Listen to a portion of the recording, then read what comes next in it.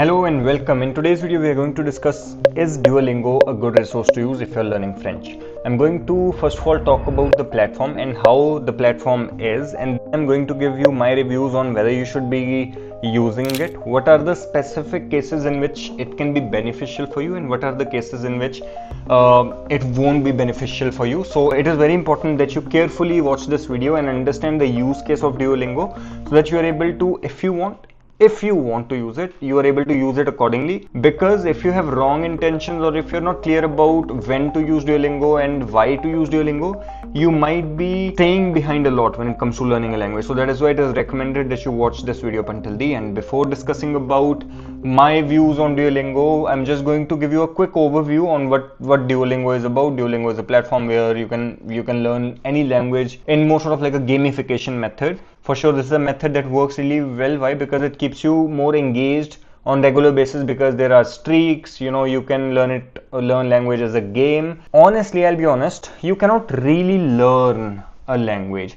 You can just become, at a surface level, you can become familiar with the language, with some words and stuff like that.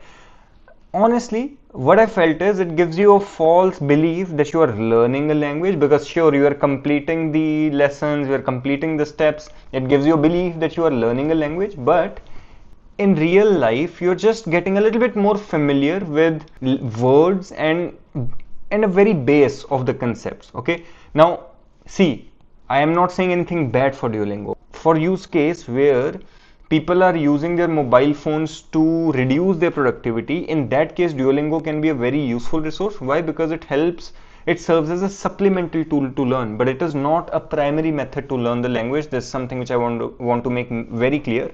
And just looking at the platform itself, and when I use platform myself, what I have realized is they have made the platform in such a way that it keeps you engaged with the language if you keep on following the streaks. I know there are a lot of people, those who are following 50-day, 100-day, 120, 200, 300-day streaks, which is a good thing to do, because on regular basis it keeps you more consistent. It makes you guilty if you tend to miss out on any streak. You will be guilty, and that is why you want to come back to that lesson and just like at least complete that lesson on regular basis. Now, there are multiple layers that we can discuss about this, whether it is a good thing or it is not a good thing. For that, we'll have to understand the overall psychology when it comes to starting the language learning part. Okay, I mean, this is the platform Duolingo. Obviously, I can start and show you the platform, but most of you guys already know what is the platform. It's more sort of like quizzes and tests which are made in the format of game, like a gamification method of solving the right responses and stuff like that. But yeah, first let's discuss the psychology behind learning the French language when you're a complete beginner. Okay, there are 2 or 3 aspects which we have to be considerate about. When you're a complete beginner, you really have to dive behind the logic of the language. Okay, which means you have to start understanding the grammar and the rules of the language, for which it is necessary that you're diving in depth on all the concepts regarding the conjugations, different families of conjugations, different tenses, how the tenses are getting used, how the prepositions are getting used, what are the rules behind the prepositions and stuff like that, which is something which is only possible if you are actually picking up a textbook, okay, a grammar textbook, and you're understanding the rules from there.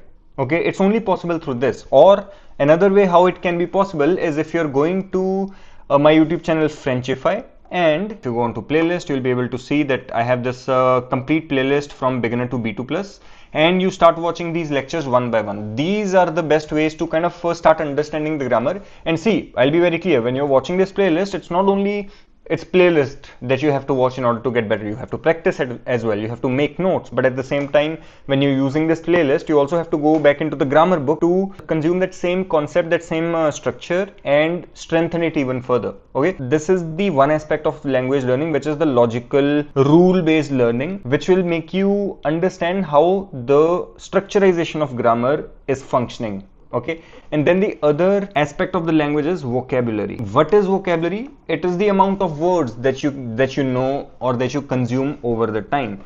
Now, how do we improve our vocabulary? It is through more reading and listening practice. Okay, so the more you read, the more you listen, the more you will start building a lexicon of words, of vocabulary in your brain. If you're someone who starts reading English novels, I'm just giving an example. If you start reading English novels or self-help books, you will see after a month you have improved a lot of your vocabulary, and in your speaking as well you would start using complex words, and overall your lexicon of English vocabulary will increase.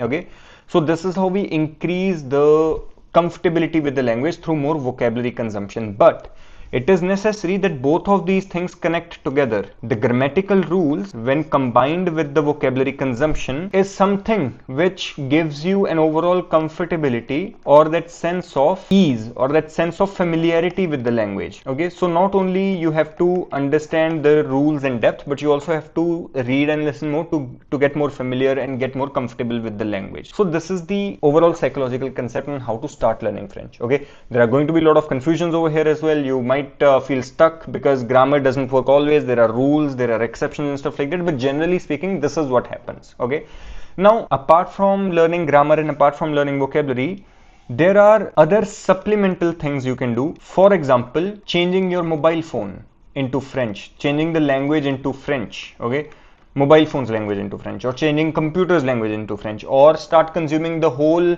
YouTube content or Instagram content in just French itself, even though you don't understand it, but just consume all the information in French. This is something which is called immersion in the French language.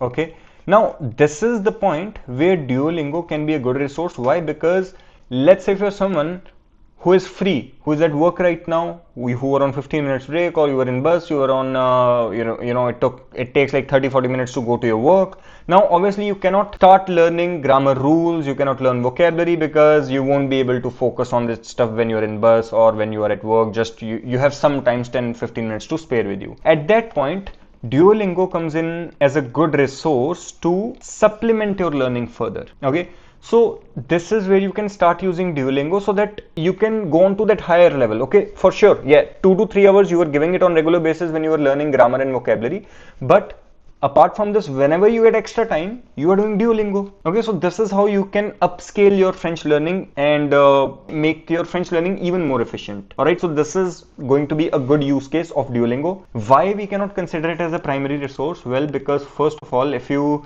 yourself have used the Duolingo, the first reason is it's very slow. Like, the level that you will learn at Duolingo in about 6 months is the same level that you can learn in just 1 month if you're just doing self-study, and if you're just like practicing grammar and consuming more vocabulary. Okay, for sure it takes a little bit more work. You have to use reverso, you have to use translators to figure out all the meanings, you have to put your focus into understanding the concept. That's the more efficient way to study. You have to understand the depth of the concepts, not just touching them from the top. On Duolingo, what happens is you're just touching the concepts on the top, you're not diving in detail into the language. Okay, so that is why the learning over here is very slow. So that's why you can't use it as a primary resource, use it as a supplementary resource. The other thing about Duolingo is that you're not actually creating or formulating the language. Okay, you're not spending a practical time with the language. You're just like, let's say the question is given to you, you don't even have to type the answers most of the time. It is just given in front of you in the form of boxes. You just have to arrange the boxes in a correct order, and okay, there we go, your sentence was correct. When it comes to a speaking or phonetic practice, whatever is spoken, you can just speak whatever. Your pronunciation don't have to be exactly correct, but then even then Duolingo will give you a false belief that okay, yeah, you answered it correctly. Again, as I mentioned earlier, Duolingo is something which gives you kind of like that confidence that oh, you're learning the language, but in reality it's not the language that you're learning, but you're just touching on some words, just touching on some pronunciations and stuff like that. So if you want to strengthen them further, it's necessary to sit and study properly, because honestly, what do you want to hear? Duolingo is literally something which is giving you the thing which you want to do, not that you have to do. What do you want to do? You want to spend time on your mobile phone screen, you just want to play a game through which you are able to learn French. That's what you want to do, and Duolingo is serving that. But what you need to do, what you have to do in order to actually learn, is you have to still study grammar as someone who used to study in 8th, 9th or 10th standard while sitting, you don't want to study but you have to study. That's the thing that you need to do in order to understand French as well. All right, so that's important. So that is why Duolingo cannot be considered as your primary resource to study. Now, do I mean that stop using Duolingo? No, use it, but only when you're completely free. When you have time, like let's say if you're at home, if you have 30-40 minutes, rather than using Duolingo, I would like you to use a grammar book. I would like you to watch a lecture on a concept. I would like you to practice the back exercises from a grammar book for that particular concept. I would like you to read and actually listen to the French videos and read the French articles or basic storybooks rather than using Duolingo. When to use Duolingo? Only when you have the time in the day when you cannot actually open the book or when you cannot actually open the French study material. Okay, only then use Duolingo.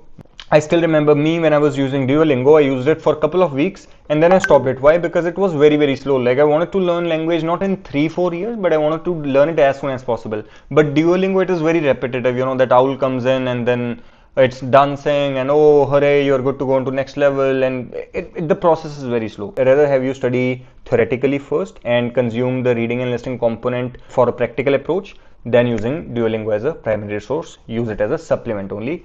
With that being said, if you're someone who is learning French for TEF Canada, you can go on to my website. On that you will find courses catered to where you are right now. If you're a complete beginner, you will be starting at level A1. If you have a good understanding of the grammar, then you will be starting at A2. But yeah, again, if you're a complete beginner or you've just touched on language a little bit, I recommend you to start from A1 program, and then we'll help you clear your TEF Canada exam. With that being said, keep on learning. If there are any questions or if you have any video recommendations or any questions, just put it in the comment box. Passez une bonne journée. Au revoir.